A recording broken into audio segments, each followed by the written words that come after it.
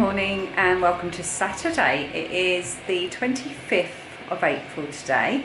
I have had a very relaxing morning. I've been quite determined that I would have a good night's sleep, which I did. We were in bed by 11 and didn't wake up till 8, and I even managed to read for a bit before. The sound you can hear in the background is the oven grill, because we are going to have bacon sandwiches for lunch. It's going to be a bacon sandwich for lunch kind of day. It's sunny, the girls have been happy, I've been knitting, I've been watching podcasts, and yeah, it's been a very relaxing day so far, and the sun has just come out in time for our walk, which will be after lunch to work off the bacon sandwiches.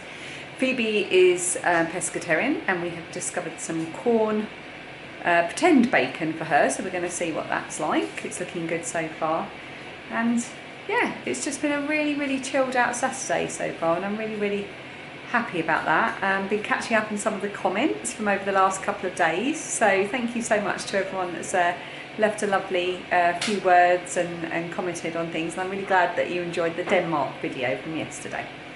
Do you like my new thumbnails, by the way? I've been trying to muck about, trying to make my thumbnails a bit more interesting. Don't really know what I'm doing though. I've just been putting nice words, fonts, and mucking about with shapes and things. So anyway, right, I'm going to go and get on with the bacon sandwiches. We're off on our walk. The sun is out, and we're going to go on the walk we discovered earlier in the week that's just opposite our house and up and over the fields. We're going to go on a slightly longer version of that walk, because there was another path that led further up into the opposite sort of hill and woodland. So we're going to go and investigate there. It should be about a 2-mile walk, which will be good for our daily exercise, especially given that we haven't done Joe Wicks today because it's Saturday. And just to give you an idea of the field we are in, here we are.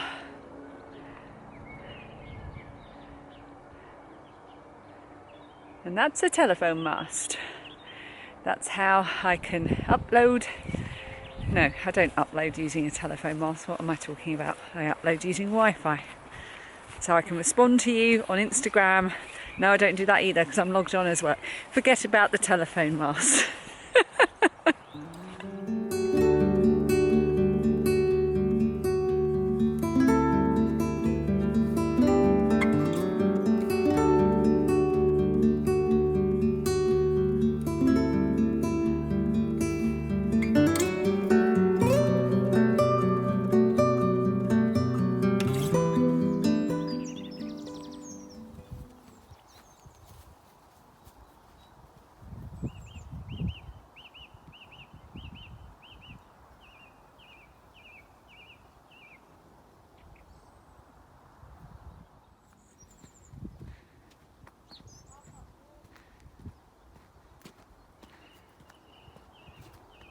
We can see our house in the distance. If you see the white triangle, we're the one next door to the white triangle.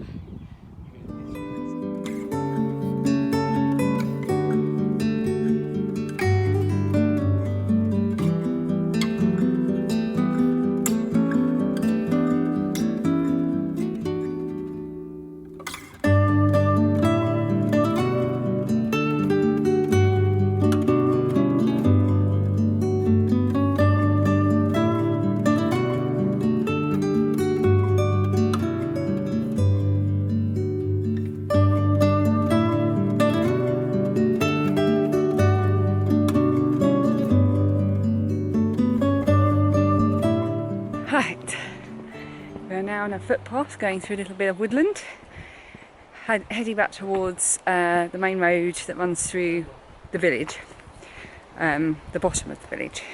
We live at the top of the village. We took a bit of a wrong turn at one point. We're following a footpath app to keep us on the straight and narrow, because quite often paths just look like little clearings through the edge of a field, such as this one. And we took a bit of a wrong turn, and we met a very nice rotund man who said, where are you off to? And we said, we're following the footpath. And he said, this is not a footpath. We had to turn back and get back on the right path. But we're on the right path now. We're on yet another part that we've never walked on, and it's pretty amazing. Let me turn around to show you.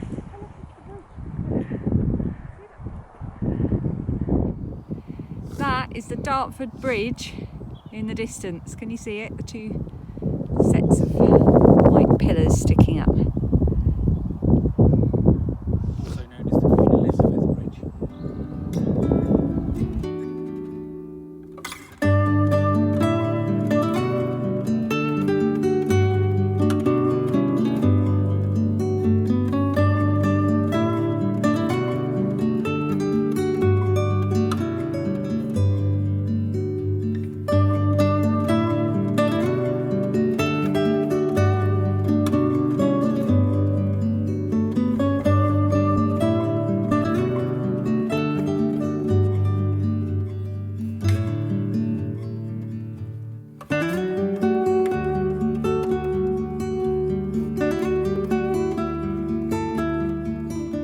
At the moment, Lilia is getting her hair done.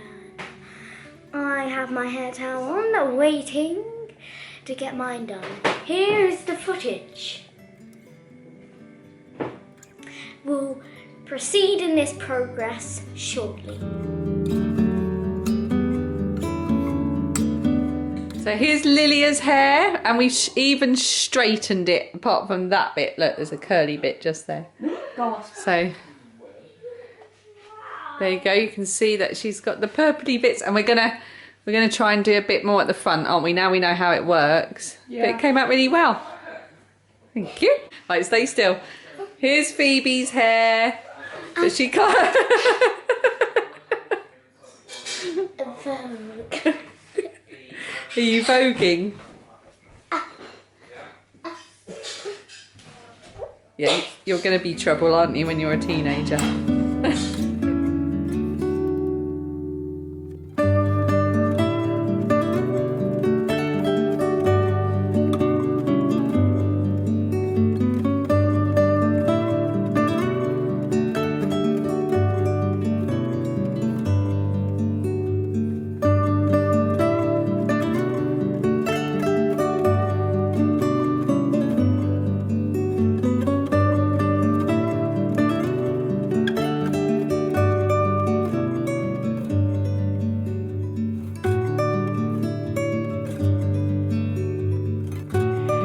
You join me in a very sort of noisy, whirry kitchen. The dishwasher's on doing its thing. We've just had our dinner. Dan made fresh homemade pasta for the very first time, and it was delicious. We all really enjoyed it. We had roasted vegetables and homemade tomato pasta sauce that I'd previously made and put in the freezer. So it was a really nice meal. The girls and Dan are now watching a bit of TV, waiting for Britain's Got Talent to come on, and I'm editing my vlog for the day. I've been reading all of your comments that have been coming in throughout the day. I'm really glad that you enjoyed the little trip down memory lane with my memories of Denmark when we went in 2018.